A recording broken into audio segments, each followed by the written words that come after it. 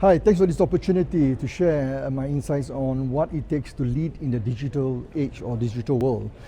Today, the increasing volatility, uncertainty, complexity and ambiguity of the business environment requires leaders to be able to demonstrate a different set of competencies, which include creativity, critical thinking, or what we call cognitive readiness, which include critical thinking and emotional and social intelligence, to be able to solve many of the problems or challenges that is being created as a result of the digital revolution.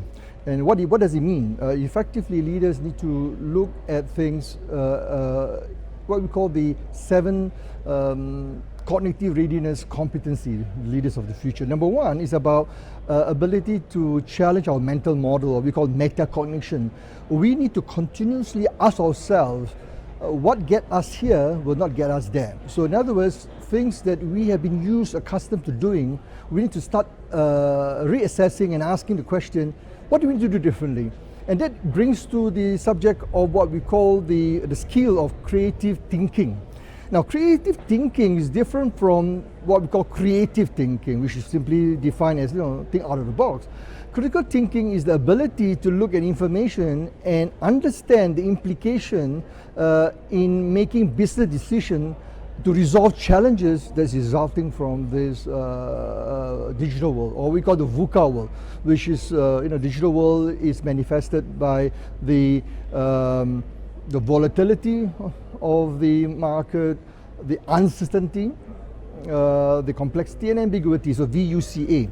So this is created what we call the disruption in the economy, where you see a lot of innovative new organizations, like, of course, the largest transportation company in the world today, it doesn't own any vehicle, which is, of course, the Uber. And the largest accommodation company in the world doesn't own any hotels, which is, of course, Airbnb.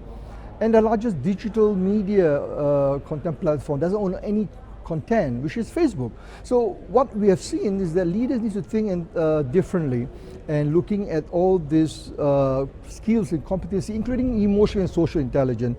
In 1993, I was interviewed in the National University of Singapore magazine, asking me what it takes to succeed in the future. That was about 4 years ago, and I talk about the need to lead with love, emotional intelligence, social intelligence.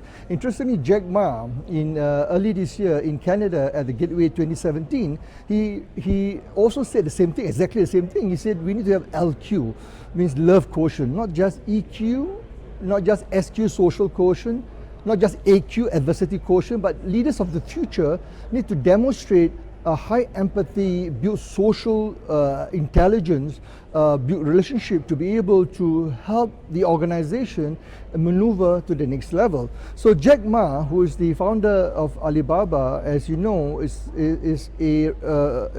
an example of a leader of the future who is able to transform an organization that's simply the largest platform for consumer to consumer, C2C. He doesn't own any logistics, doesn't own any physical inventory. And what they do is they bring people together, bring consumers together. So that is another example of organization that has thrived in the digital world. What else do you need to succeed? And the other thing, what we call at CEE, Center for Executive Education, we talk about leaping in the VUCA world or leaping in the digital world. You need to first, as I said earlier, you need to have liberal thinking, meaning L stands for liberal thinking, your creative thinking, challenging your mindset. E stands for you need to have envision the future, you need to have energize your team to bring about to the next level. Because of the complexity, ambiguity, volatility, create a lot of confusion, people need to be energized to be able to bring them back to the next level. Then A is all about adversity, about agility. How do you learn, unlearn, relearn? Forget about what you have learned in the past. Learn the new technology, new way of doing things. And P stands for partnership, L-E-A-P. P, partnership, basically internally within your colleagues, within your staff, and within the organization. It's important to learn to work together, collaborate, and that is important. And work with partners, and even to the extent working with competitors, co-opetition. How can we learn and leverage the strength of each organization to be able to bring about the new way of working? So it's not about just what makes you great as individual, as organization. How can we, as a community, collectively, how can we leverage that collective power, the collective wisdom to be able to bring the industry, your organization and the industry and the economy as a country to the next level. So generally, the future is bright. Now, a lot of people talk about which I will talk about in the presentation shortly later, about the doom and gloom of the digital economy. There are a lot of opportunity from nanotechnology, from artificial intelligence application in biotechnology, in manufacturing, in supercomputing technology in logistics, for example, drones, and how technology is being used in logistics. And interestingly, of course, manufacturing. Robots is going to replace many of the repetitive tasks, but that does not mean that we cannot exist.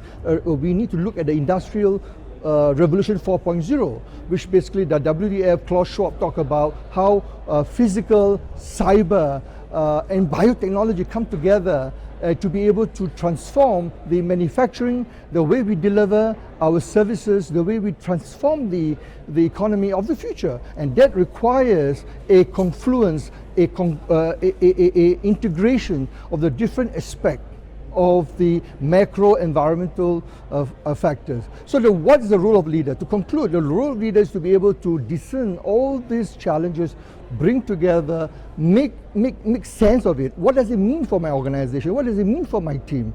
What do I need to do differently? How do I transform my organization? How do I be able to make it a sustainable competitive advantage? Remember, at the end of the day, it's the people that matter, not technology. It's the people who makes things happen. So put your people, your leadership team, your staff ahead of the process and the technology. Technology is only an enabler, and that's something that is important to remember, that the future lies in you, the future leaders. The future lies in your people, not on the equipment, not on the technology, not on the robot. These are all merely enabler of success in the future. Thank you.